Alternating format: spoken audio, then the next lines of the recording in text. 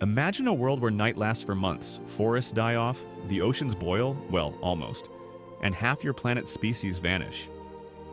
No, this isn't the latest apocalypse movie. This is Earth's history. And today we're going to decode just how catastrophic really was in ancient times. Buckle up, it's going to be a wild ride through fiery volcanoes, crashing asteroids, climate tipping points, and yes, some cosmic mischief. Welcome back to Crafted Past. Let's crack open the past and unmask the true scale of ancient disasters. Before we jump into the horrors, let's ask, what do we even mean by catastrophic? Because if we don't define that, we're just throwing around apocalypse-sounding words like confetti. What does catastrophic mean in deep time? When historians and geologists say catastrophe, they aren't just talking about a bad Tuesday. It's a disaster on a massive scale. Irreversible, reshaping ecosystems, triggering mass extinctions, or rewriting climate systems. But here's a catch. Disaster, catastrophe, cataclysm. People use them interchangeably. That muddies the water when you want to compare, say, a volcano 250 million years ago to a tsunami 5,000 years ago. Modern research is pushing for reclassifying disasters as multi-phase events, not just a single bang. Think dominoes falling, and not just one brick. So we've got our words straight. Next up, how do you measure something that happened millions of years ago when your measuring tape has long decayed? The Detective's Toolkit. How scientists gauge scale. Geological strata, fossil layers, isotope anomalies, ash horizons, these are the clues. Yes, it's basically Earth's crime scene. Take carbon isotopes.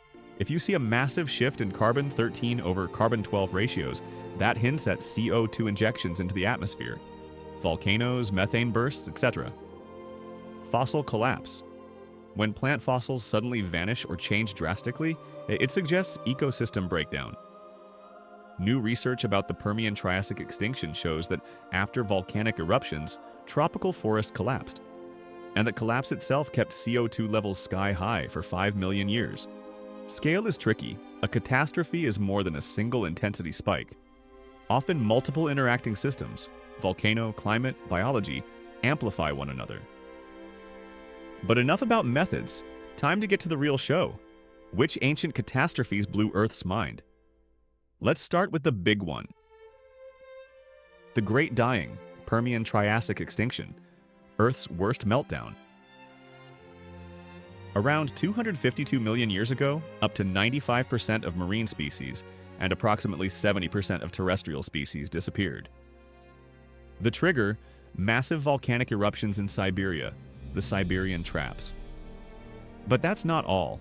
Scientists now believe the collapse of tropical forests was the secret amplifier. They stopped sucking up carbon, so CO2 stayed high for millions of years. In short, volcanoes kick things off, but ecosystems finish the job. Having destroyed the world once, Earth apparently played the sequel. Let's fast forward and see what other catastrophes made history books, or at least geology textbooks. Meltwater Pulse, 1A, Sea Level Roulette. Between approximately 14,700 and 13,500 years ago, global sea levels rose 16 to 25 meters in just 400 to 500 years. That's 40 to 60 millimeters per year, the fastest post-glacial rise ever known. Imagine entire shorelines disappearing in a couple of centuries, coastal civilizations scrambling inland. This wasn't a single event like an asteroid. It was runaway melting, collapse of ice sheets, and massive freshwater influx. Volcanoes, ice melt, check. Now let's add cosmic flare. Dare we blame space rocks? Enter ancient impact hypotheses. Cosmic chaos, Younger Dryas impact hypothesis, and Tolman's bolide idea. The Younger Dryas hypothesis proposes that a burst event, comet or meteor, triggered a sudden recooling approximately 12,900 years ago. It's controversial and heavily debated. Some studies dispute it entirely.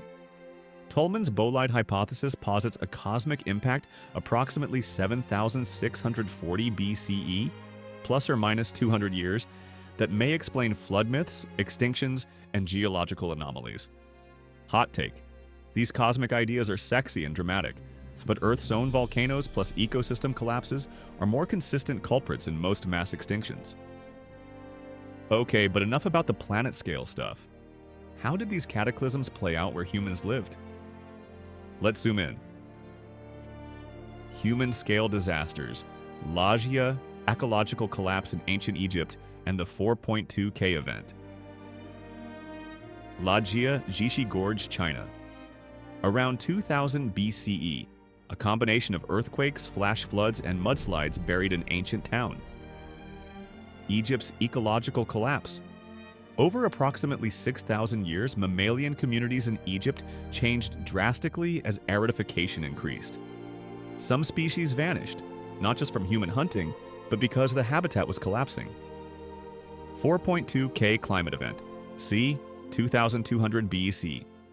A prolonged drought is hypothesized to have contributed to the collapse of the Old Kingdom in Egypt, the Akkadian Empire, and possibly impacted the Indus Valley civilization.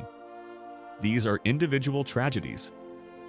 But sometimes disasters team up, and that's when things get really nasty. Let's talk compound catastrophes. Compound catastrophes and non-linear amplification. Modern thinking suggests many catastrophic events are not single shocks, but interacting forces. Volcanoes cause climate shifts that causes ecological collapse that causes human societal breakdown. For example, in disaster archaeology, floods, earthquakes, and droughts combine in perfect storms that push societies over the edge. We're also reassessing older events. What was once called a volcanic extinction might actually have been a volcano plus ocean anoxia plus ecosystem tipping. By now you might be thinking, okay, which disaster was truly buck wild? Let's crown the contenders. Honorable mentions and jaw-droppers. Toba supereruption, approximately 72,000 years ago. One of Earth's largest known eruptions. Volcanic eruptions can create huge smoke clouds that block the sun. Some hypothesize it caused a global cooling volcanic winter, severely shrinking human populations. Late Triassic extinction, end Triassic. Triggered by massive greenhouse gas release from volcanism, it pushed Earth toward Jurassic epoch. LIPs, large igneous provinces, are colossal volcanic outpourings that can cover entire continents with lava and expel out staggering amounts of greenhouse gases for hundreds of thousands of years. When several erupted close together in time, their combined CO2 release triggered runaway warming, ocean anoxia, and ecosystem collapse. Unlike asteroids, which cause instant chaos but allow quicker recovery, LIP clusters act like a slow cooker of extinction, steadily cooking the planet for millions of years. Some researchers argue these volcanic chains may have done more long-term damage than space rocks, pushing Earth dangerously close to a true heat death scenario. So we've seen the disasters. But now, what do they teach us, and why do we still care? Let's close the loop. Lessons from the ashen bones. Tipping points are real. Ecosystem collapse can amplify initial triggers. The forest death after Siberian volcanism kept Earth hot for millions more years. Resilience and memory matter. Some ancient societies remembered past floods or droughts and built adaptive strategies. Others collapsed because they forgot. We live in a risk cascade world. Past catastrophes weren't isolated. Multiple stressors magnified each other. Today, climate change, biodiversity loss, and human pressure form our modern cascade. Magnitude is hard to compare.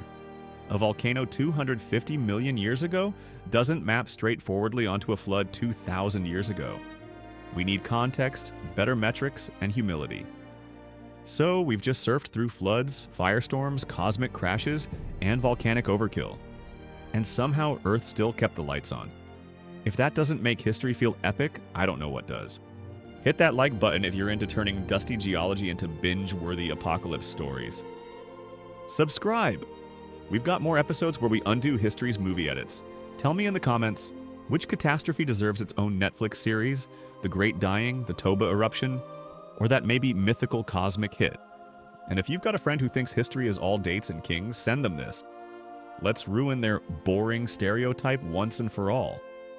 Until next time, stay curious, Stay bold, and remember, the past doesn't whisper.